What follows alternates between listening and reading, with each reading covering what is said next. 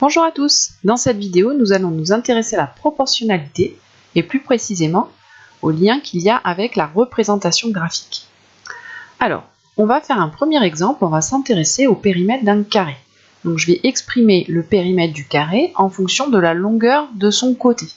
Donc si par exemple j'ai un carré qui mesure 2 cm, quel va être son périmètre? Si mon carré mesure 3 cm de côté, quel va être son périmètre, etc. Alors, je vous rappelle que le périmètre, c'est la longueur du contour. Donc, pour calculer le périmètre d'un carré, on va faire 4 fois la longueur du côté. Parce que je fais côté, plus côté, plus côté, plus côté. Donc, 4 fois la longueur du côté. Ce qui veut dire qu'ici, je vais finalement multiplier par 4 à chaque fois la longueur du côté. J'obtiens, dans le premier cas, un périmètre de 8. Dans le deuxième cas, un périmètre de 12. 3 x 4, 12. Et dans le troisième cas, un périmètre de 20 cm. Donc, 5 x 4, 20. Si mon carré mesure 5 cm de côté, son périmètre fait 20 cm, c'est-à-dire la longueur totale du contour. Donc, pour aller de la longueur du côté au périmètre du carré, vous voyez qu'à chaque fois, je multiplie par 4. Autrement dit, ces deux grandeurs, elles sont proportionnelles.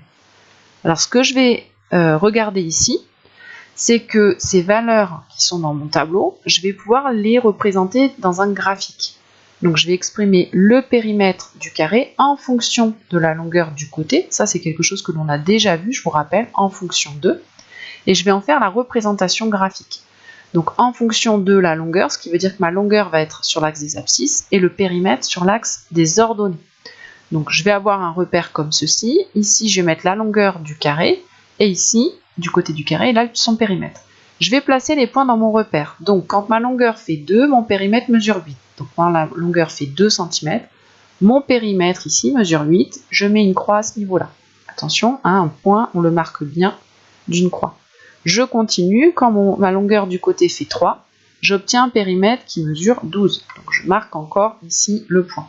Et puis enfin le dernier, la longueur fait 5, le périmètre vaut 20, donc j'obtiens le point qui est là.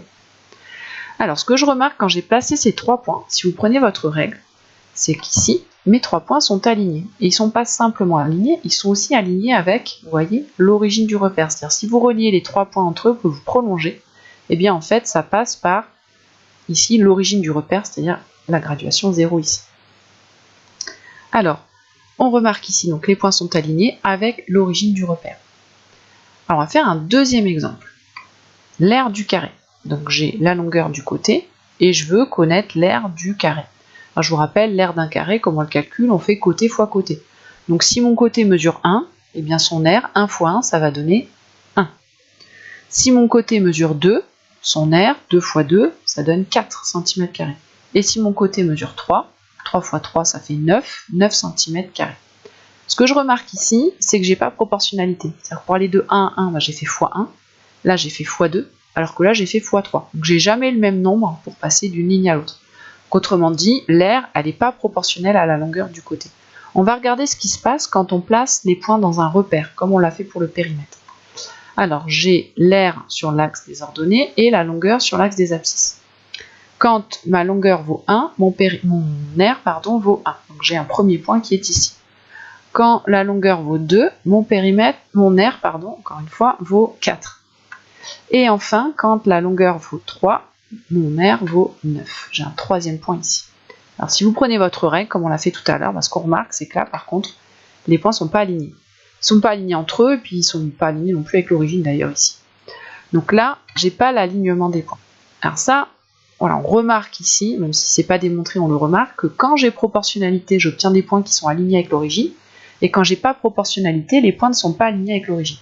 Alors j'ai une propriété qui va bien plus loin, ici. La propriété qui est la suivante, il faut la connaître par cœur. J'ai deux propriétés ici qui sont réciproques et qui sont vraies qu'il faut connaître par cœur. C'est que quand j'ai deux grandeurs proportionnelles, quand je les représente graphiquement, j'obtiens toujours des points alignés avec l'origine. Ça, c'est toujours vrai. Mais inversement, et ça va être intéressant, c'est que quand je représente graphiquement une situation, enfin deux grandeurs, par des points qui sont alignés avec l'origine, alors ça veut forcément dire que mes deux grandeurs sont proportionnelles. Ça va permettre de montrer que deux grandeurs sont proportionnelles sans avoir besoin de faire de calcul, simplement en regardant le graphique. Alors on va faire trois exemples ici. Dans chacun des cas, on va se poser la question, est-ce que la grandeur A et la grandeur B sont proportionnelles? Bien, dans le premier cas, je vois que j'ai des points ici, vous voyez ce qui est tracé en pointillé, qui sont bien alignés, et qui sont alignés avec l'origine. Donc là, ça veut dire que les deux grandeurs ici, elles sont proportionnelles. Donc les points sont alignés avec l'origine, c'est bien important de préciser avec l'origine, donc les grandeurs sont proportionnelles. Deuxième cas ici, j'ai des points alignés, mais vous voyez qu'ils ne sont pas alignés avec l'origine, là, c'est décalé. Dans ces cas-là, attention, ça n'est pas proportionnel. C'est pour ça que c'est important de préciser qu'ils sont alignés avec l'origine. Si vous dites que les points sont simplement alignés, c'est pas forcément proportionnel. Donc là, attention. Les points ne sont pas alignés avec l'origine, ils sont alignés entre eux mais pas avec l'origine, donc les deux grandeurs ne sont pas proportionnelles. Et dans le dernier cas, les points ne sont même pas alignés entre eux, donc là, c'est pas proportionnel non plus. Donc il faut bien faire attention, il me faut deux conditions, à la fois que les points soient alignés, mais qu'ils soient alignés avec l'origine, pour avoir des grandeurs proportionnelles.